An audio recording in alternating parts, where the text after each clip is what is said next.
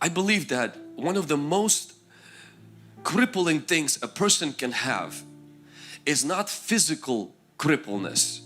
It's when the person has a mental problem. In fact, there are some of the smartest people on the earth on the wheelchair. Because as long as the mind is free and prosperous, you're not limited by the physical restrictions. I'm not in any way downplaying paralysis or downplaying physical limitations, like when person don't have limbs or a person does not have particular bodily functions. But like for example, Nick, who doesn't have limbs, who it seems like on the outside is supposed to be crippled, yet he writes books, finished bachelor's degree, led presidents, I think he led Brazilian president to the Lord without legs, and makes an impact now, has children, and literally is changing the world. Why? Because what matters at the end of the day is what happens here, not what happens with your hands or with your feet. Also, some of the smartest people in our generation are physically crippled, but because they're not mentally crippled, they're still able to make a difference in their generation, and they're able to make a difference in their world. Satan is playing target practice with everyone's mind. Everyone's shooting and you do target practice where you make this target and you start trying to shoot to see if you can hit it, and you can miss a few times and then you finally hit it. And that's what exactly the devil does with everyone's mind. He plays target practice with your mind.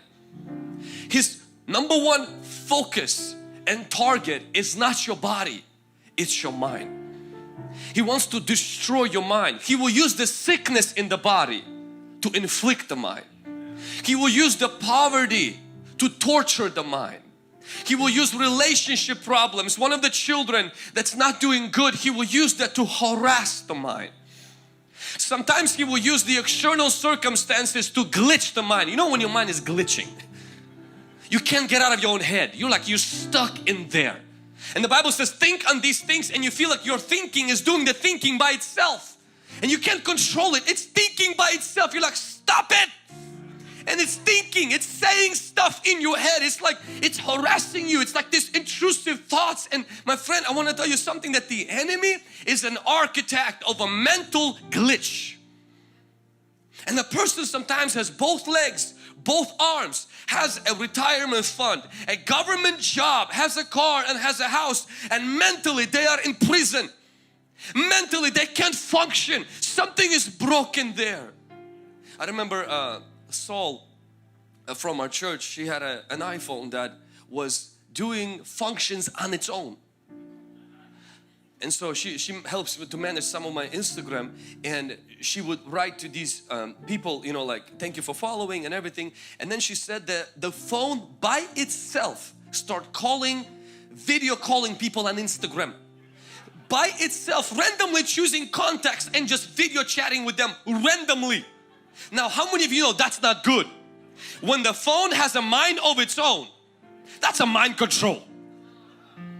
And some people, that's exactly what they experience with their mind. When their mind controls their life instead of their spirit controlling their mind.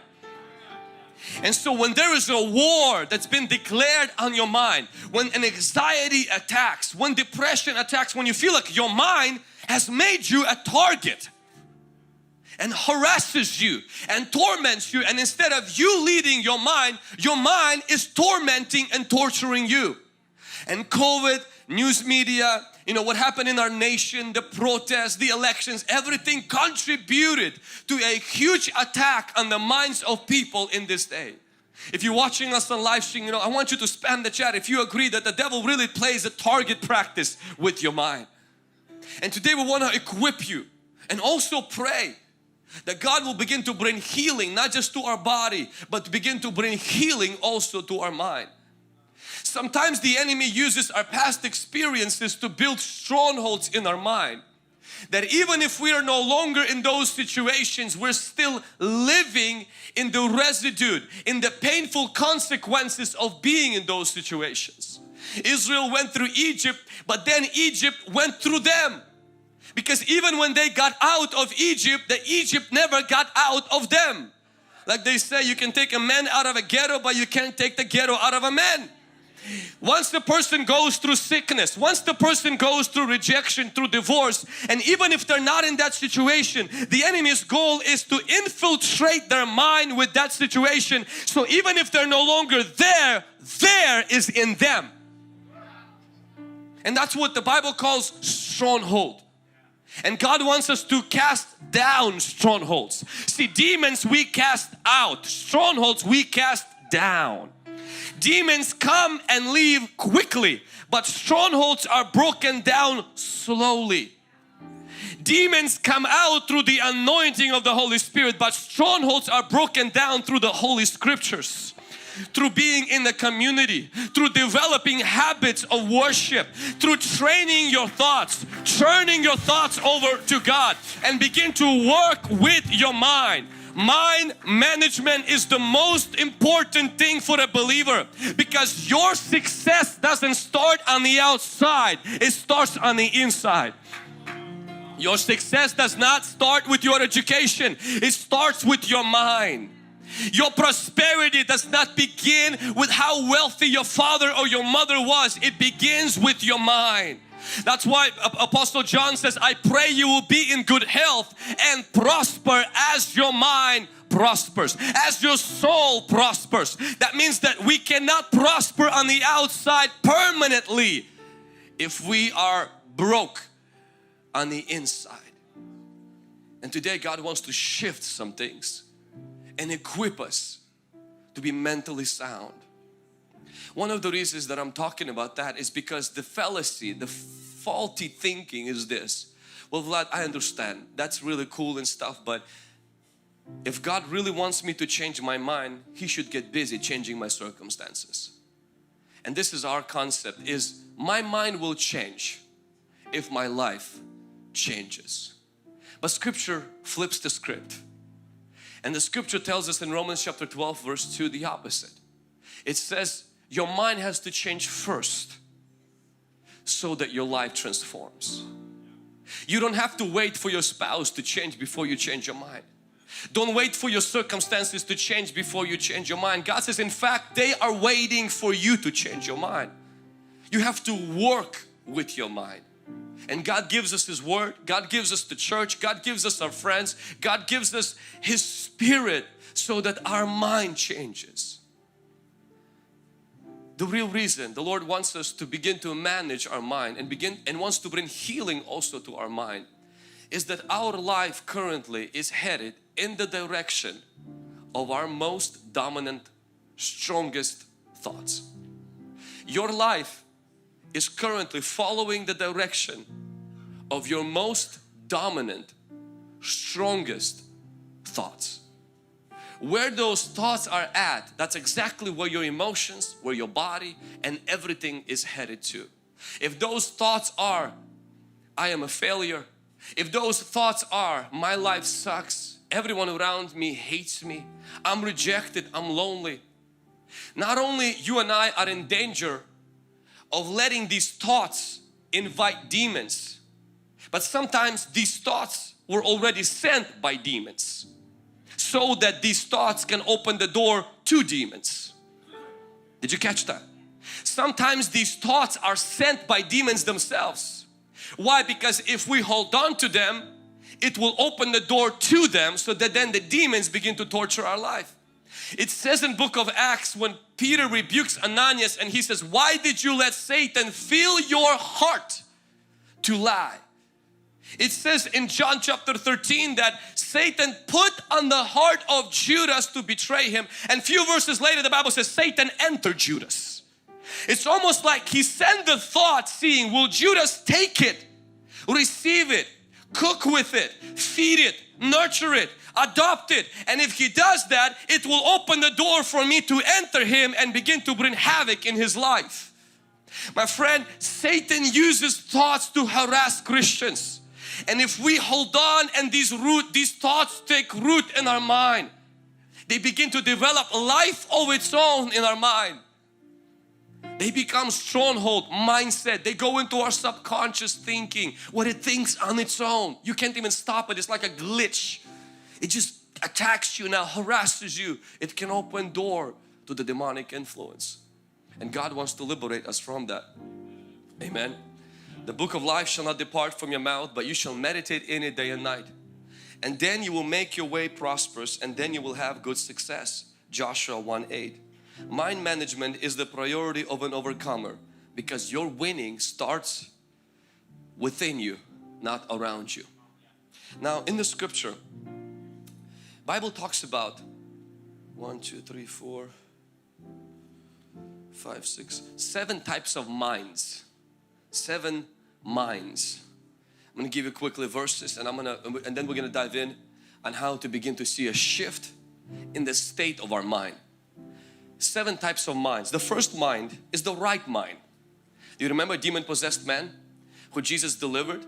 And the scripture says in Mark chapter 5 verse 15, then they came to Jesus and saw a man who had been demon-possessed and had a legion, sitting and clothed and in his right mind. That means you can have a left mind. You can have a wrong mind. This is not just talking about a thought. This is talking about a state of a mental environment, your mental atmosphere. The right mind, this doesn't just mean that he finally had one right thought. This means that dominant thoughts were right. The strongest thoughts were now right thoughts. And this was a sign that he was delivered, is that he was sitting, he was clothed, and the Bible says, and he was in his right mind. Are you in your right mind? Is what's happening in your mind constantly, always, regularly? Your strongest thoughts, are they right or are they wrong? If you take it back and take it through the scan and just become aware of what's going on in your head. Is it right state of mind or is it wrong? Because when Jesus comes, He wants to bring you to a place where your mind is right. Your finances might not be right yet. Your family might not be right yet, but the first thing Jesus did to this man, He didn't give him money, He didn't brought him a wife, He didn't build him a house, He didn't give him a new car or a job, He didn't give him a degree, He gave him a right mind. One of the greatest gifts, my friend, if you have a right mind, you are blessed by God. You don't realize how powerful it is to have a mind that doesn't glitch until you get one that glitches. And then you begin to look back in your life and you're like, man, nothing comes in comparison to having a right mind. When it doesn't harass you, intrude, torment, and trip you up. This is the first mind, the right mind. The second kind of mind, in Titus chapter 1 verse 8, but it talks about bishops. Bishops, be hospitable, a lover of what is good, sober-minded. Somebody say sober mind. Just, holy, and self-controlled. Sober mind. See, we know what it's like when a person is sober, meaning you're not intoxicated. That means that you're not normal, but there's also sober mind. Sometimes the enemy intoxicates our mind with our problems and it becomes inflated. And we begin to exaggerate the facts. We begin to feel like my life sucks. No, you just had a bad day. You don't have a bad life. You just had a flat tire. No, you're just on your period. That's why. No, this is just, you know what? It's just Monday, all right? You just have not had coffee that kicked in. And the devil wants your mind to be intoxicated. Meaning that you are exaggerating and you're saying things that are not true. You're not sober.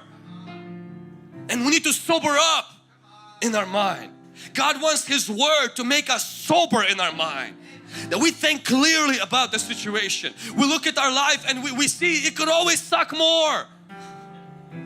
And be grateful to God. Be thankful to God in the whatever situation that we are in. And not be not sober in our mind.